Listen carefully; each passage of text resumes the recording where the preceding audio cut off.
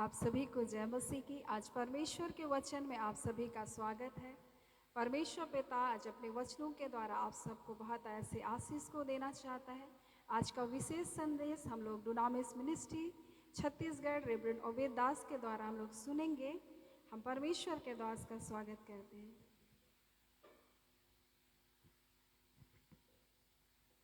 परमेश्वर का मैं धन्यवाद करता हूं आज के दिन के लिए। इस YouTube चैनल का आज 1 वर्ष कंप्लीट हुआ है और इस उपलक्ष्य में हम परमेश्वर के उस अद्भुत कार्य के लिए परमेश्वर का हम धन्यवाद करते हैं। परमेश्वर ने इन 1 वर्षों में अपनी दासी को अद्भुत तरीके से इस्तेमाल किया और अद्भुत वचनों के द्वारा उनके जीवन को इस्तेमाल किया और परमेश्वर ने गुण भरी बातों को, भेद भरी बातों को प्रकट करके अपने महान प्रेम और अपने महान सामर्थ्य को प्रकट किया। परमेश्वर के नाम की स्तुति हो। मैं धन्यवाद करता हूँ प्रभु की दासी रेवरेंड क्लेरिस तिग्गा के लिए, जो प्रत्येक दिन आपके बीच में परमेश्वर के अद्भुत संदेश को लेकर के आती हैं और भिन्न भिन्न तरीके से वो परमेश्वर के वचन के द्वारा आप सभी को उत्साहित करती है। आज मुझे अवसर मिला, इसके लिए मैं प्रभु का धन्यवाद करता हूँ। मेरा नाम रेवरेंड ओबेद दास है। मैं डुनामिस मिनिस्ट्री छत्तीसगढ़ के दुर्ग जिले से आपके बीच में हूँ और मैं परमेश्वर का धन्यवाद करता हूँ कि मुझे अवसर मिला इस YouTube चैनल के द्वारा मैं परमेश्वर के महान संदेश को आपके बीच में लेकर के आऊँ।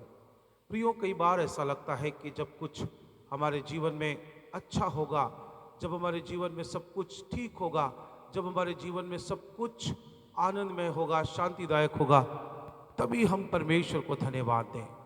लेकिन परमेश्वर का वचन हमें सिखाता है, यदि आप पहला थिस्सलुनीयों और उसका 5वां अध्याय इसके 18वें वचन को पढ़ेंगे तो वहाँ पर बाइबल हमको सिखाती है कि हर बात के लिए हमें परमेश्वर को धन्यवाद देना है, क्योंकि परमेश्वर की इच्छा यही है। हमारे जीवन में चाहे दुख हो, चाहे तकलीफ हो, चाहे पीड़ा हो, चाहे कैसी भी परिस्थिति क्यों ना हो, हमें परमेश्वर को हर बात के लिए धन्यवाद देना है। बहुत बार हम सोचते हैं कि जब मेरे जीवन में कुछ अच्छा कार्य परमेश्वर करेगा, जब मेरे जीवन को परमेश्वर कुछ आशीषों से भर देगा, मैं परमेश्वर को धन्यवाद का भेंट चढ़ाऊंगा या चढ़ाऊंगी। बहुत बार अपने लोगों को ऐसा बोलते हुए सुना होगा कि परमेश्वर यदि मेरे परिवार में चंगाई दे देगा, मेरे परिवार में सब कुछ ठीक कर देगा, मेरा परिवार सुखी हो जाएगा, मैं और मेरा परिवार परमेश्वर को अपना जीवन दे देंगे। नहीं, परमेश्वर का ये नियम नहीं है। परमेश्वर का सिद्धांत ये नहीं कहता। परमेश्वर कहता है सबसे पहले मेरे राज्य और धर्म की खोज कर, तो मैं तुझे सब कुछ दे सकता हूँ।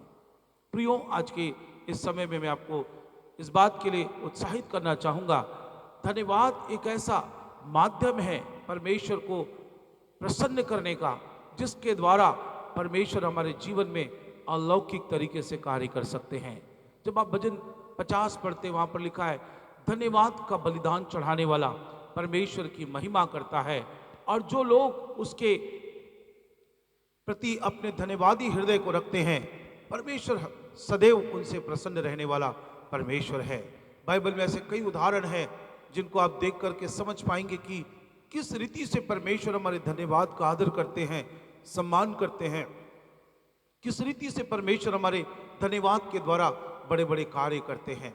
और में से एक घटना आज के समय में मैं आपको बताना चाहता हूं, जो अय्यूब की पुस्तक में से आपको पढ़ने के लिए मिलता है। आप सब जानते होंगे अय्यूब के जीवन को। एक धर्मी पुरुष, एक खरा जीवन जीने वाला, सदैव परमेश्वर के प्रति अपना धन्यवादी हृदय रखने वाला व्यक्ति था। और अय्यूब अब्राहम का समकालिक था। इसका मतलब यह है कि जब अब्राहम था उस समय में भी अय्यूब था, क्योंकि अय्यूब की पुस्तक में बहुत सारी ऐसी बातें हैं जो इस बात को प्रकट करती है कि परमेश्वर जब आकाश और पृथ्वी को बना रहा है, उस बात का वर्णन अय्यूब की पुस्तक में हम पढ़ने के लिए देखते हैं। अय्यूब के जीवन के बारे में बहुत सारी बातें हमें सीखने के लिए है, लेकिन जो कि मैं आपको धन्यवाद के विषय में कुछ बातों को बताने जा रहा हूं, तो ध्यान से सुनिए। अय्यूब के जीवन के विषय में हम जानते हैं वो बड़ा धनी व्यक्ति था और उसके पास किसी भी भली वस्तु की कोई घटी और कोई कमी नहीं थी।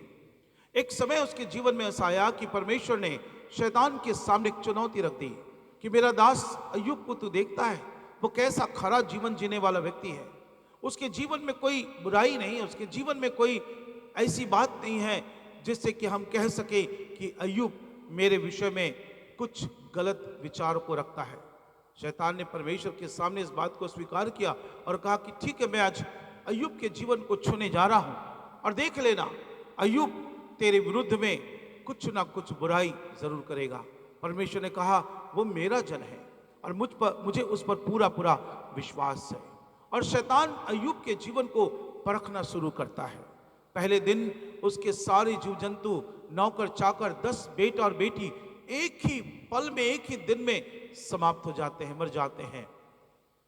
उसके दूसरे दिन बाइबल बताती है कि अय्यूब सर से लेकर पांव तक फोड़े से भर जाता है। एक ऐसा घिनौना फोड़ा जिसमें कीड़े लग जाते हैं, और वो आंगन में बैठकर टाट बिछाकर अपने ऊपर में राख डालकर वो खुजाया करता था।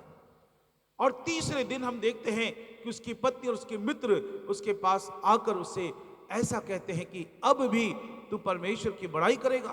क्या अब भी तू परमेश्वर को धन्यवाद देगा? अब तो छोड़ दे, परमेश्वर को धन्यवाद देना। और तब अय्यूब कहता है, कैसी बातें तुम करते हो? परमेश्वर ने दिया, परमेश्वर ने लिया, परमेश्वर का नाम धन्य है। इन बातों के पश्चात भी अय्यूब ने परमेश्वर की बुराई नहीं की, वरन परमेश्वर को धन्यवाद दिया। कई बार हमारे जीवन में ऐसी समस्या नहीं आती जैसे कि अय्यूब के जीवन में आई। ऐसे कठिन परिस्थिति हमारे जीवन में नहीं आते जैसे अय्यूब के जीवन में आए हैं। परंतु छोटी छोटी बातों को लेकर हम बहुत ही चिंतित और घबरा जाते हैं, हम निराश हो जाते हैं, हम टूट जाते हैं। आज ही एक बहन ने मुझे मैसेज करके इस बात को कहा कि पास्टर साहब, मुझे आपसे बात करना है, आपसे प्रार्थना कराना है, क्योंकि मैं बहुत टूट चुकी हूं अपने परिवार के व्यवहारों के कारण से। और जब मैंने उससे बात किया और मैंने पूछा ऐसी कौन सी चिंताएं हैं तुम्हारे जीवन में, ऐसी कौन सी बातें तुम्हारे जीवन में, उसने कहा बस परिवार की बातें हैं। मैंने कहा छोटी बातों के लिए इतना तुम निराश और चिंतित हो गए? सोचिए अय्यूब के जीवन में कितनी भारी विपत्ति और दुख आया, लेकिन फिर भी उसने निराश नहीं होकर उसके विरुद्ध परमेश्वर को धन्यवाद ही दिया। अय्यूब के समान विपत्ति हमारे जीवन में नहीं है, अय्यूब के समान कोई कष्ट हमारे जीवन में नहीं है, अय्यूब की तरह कोई भारी विपत्ति और परीक्षा में हम नहीं घिरे हैं, फिर भी हम परमेश्वर को धन्यवाद नहीं दे पाते। और जब कभी हम परमेश्वर को धन्यवाद देते हैं तो एक शर्त रख देते हैं कि जब तू मेरे लिए कुछ करेगा तो उसके बदले में मैं तुझे धन्यवाद दूंगा या धन्यवाद दूंगी। नहीं प्रियो, परमेश्वर ऐसे बातों को पसंद नहीं करते हैं। परमेश्वर का नियम, परमेश्वर का सिद्धांत ऐसा नहीं है कि जब वो कुछ करे तब आप उसके बदले में उसको धन्यवाद दें। परमेश्वर का नियम कहता है हर बात के लिए, हर समय परमेश्वर का धन्यवाद करो, हर बात के लिए। चाहे आपके जीवन में दुख का समय हो, चाहे आपके जीवन में पीड़ा का समय हो, चाहे आपके जीवन में तकलीफ का समय हो, या फिर आपके जीवन में आनंद का समय हो, हर बात के लिए परमेश्वर का धन्यवाद करो। आज के समय में आपको उत्साहित करना चाहूंगा, जिन विपत्तियों से आप भाग रहे हैं, जिन विपत्तियों के कारण से आप निराश हो रहे हैं, जिन दुखों के कारण, कष्टों के कारण, जिन समस्याओं के कारण आप टूट रहे हैं, मैं आपको बताना चाहता हूं, आप कभी भी इन विपत्ति, दुख और समस्याओं को देखकर टूटिए मत, निराश मत होइए, घबराइए मत, चिंतित मत होइए, परंतु उस वक्त परमेश्वर का धन्यवाद दीजिए और अय्यूब के समान कहिए, प्रभु मैं आपका धन्यवाद करता हूं, मैं आपका धन्यवाद करती हूं। ये विपत्ति, ये समस्या, ये दुख मेरे जीवन में 2 गुनी आशीष को लेकर के आने वाले हैं। एक विश्वास के साथ आप परमेश्वर को धन्यवाद दीजिए, एक विश्वास के साथ आप परमेश्वर को घोषणा कीजिए कि प्रभु इसके बाद मुझे आप 2 गुनी आशीष देने जा रहे हैं, मेरे परिवार को आप 2 गुनी आशीष देने जा रहे हैं। इस समय मैं आपको बताना चाहता हूं, जब कभी आप सामान्य दिनों में परमेश्वर को धन्यवाद देते हैं, सुनिए, ध्यान से सुनिए, जब आप सामान्य दिनों में परमेश्वर को धन्यवाद देते हैं, परमेश्वर की आप सामान्य आशीषों को अपने जीवन में देखते हैं, उस समय भी परमेश्वर आपको आशीष देगा, परंतु सामान्य तरीके से परमेश्वर आपको आशीष देगा। लेकिन जिस दिन आप दुख में हैं, जिस दिन आप विपत्ति में हैं, जिस घड़ी आप कष्ट में हैं, समस्या में हैं और आपके घुटने टिकते हैं परमेश्वर को धन्यवाद देने के लिए, याद रखना उसके बाद परमेश्वर सामान्य आशीष नहीं देगा, परंतु आपको 2 गुनी आशीष देगा। आपके जीवन में 2 गुना अनुग्रह परमेश्वर करेगा। और जो कुछ आपके जीवन में घटा है, उन सारी बातों को मिटाकर परमेश्वर उसका 2 गुना आशीष आपके जीवन में लेकर के आएगा। इसलिए मैं आपसे उत्साहित करने के लिए कह रहा हूं, धन्यवाद कोई साधारण बात नहीं है। धन्यवाद कोई साधारण कार्य नहीं है। परमेश्वर को धन्यवाद हर व्यक्ति नहीं दे सकता, परंतु धन्यवाद कौन देगा?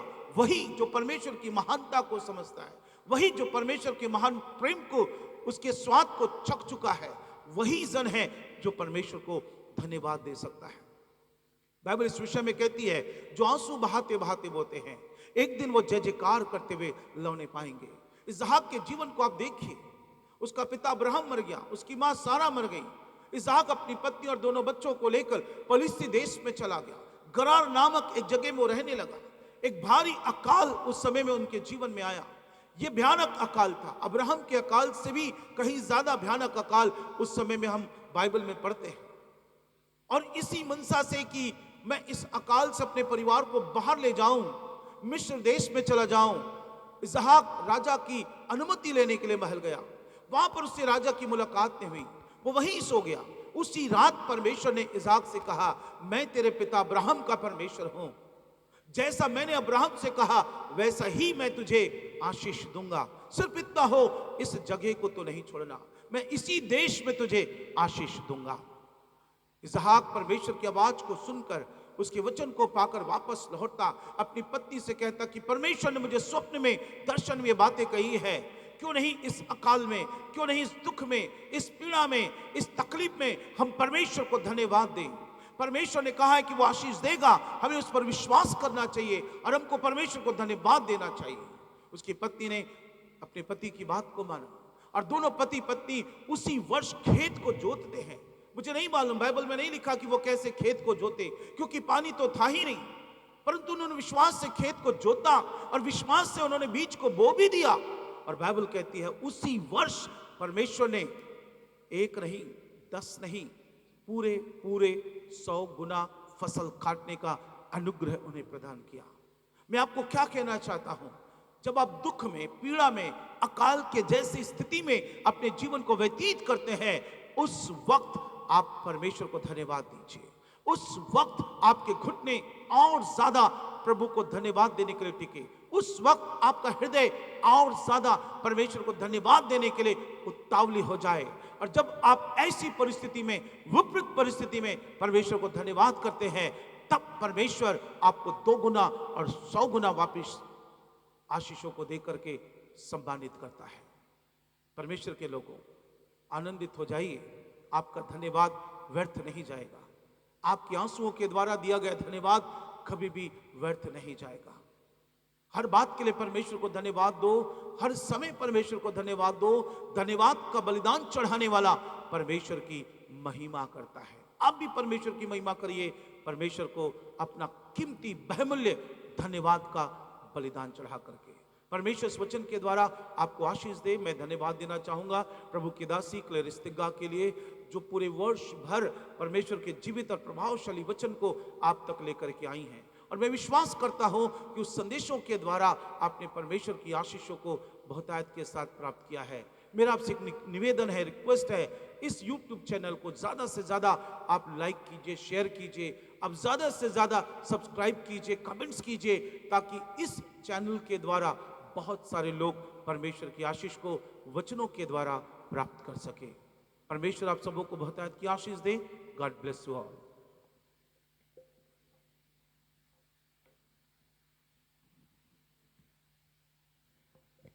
आइए एक छोटी प्रार्थना में हम जाएंगे। महान परमेश्वर, मैं आपका धन्यवाद करता हूं आज के समय में प्रभु कि आपने अपने वचन के द्वारा अपने लोगों से बोला और बातचीत किया। मैं आपके पवित्र नाम की स्तुति करता हूं।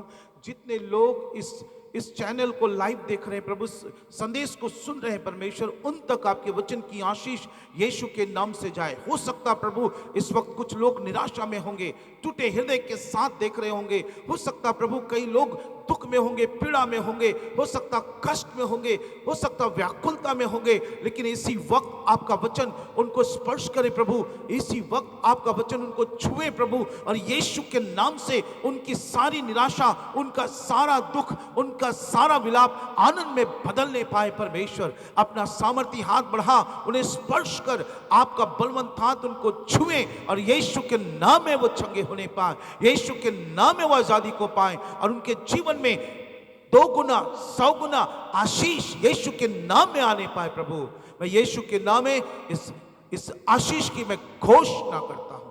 यीशु के नाम में प्रार्थना को मांगते हैं, आमेन आमेन।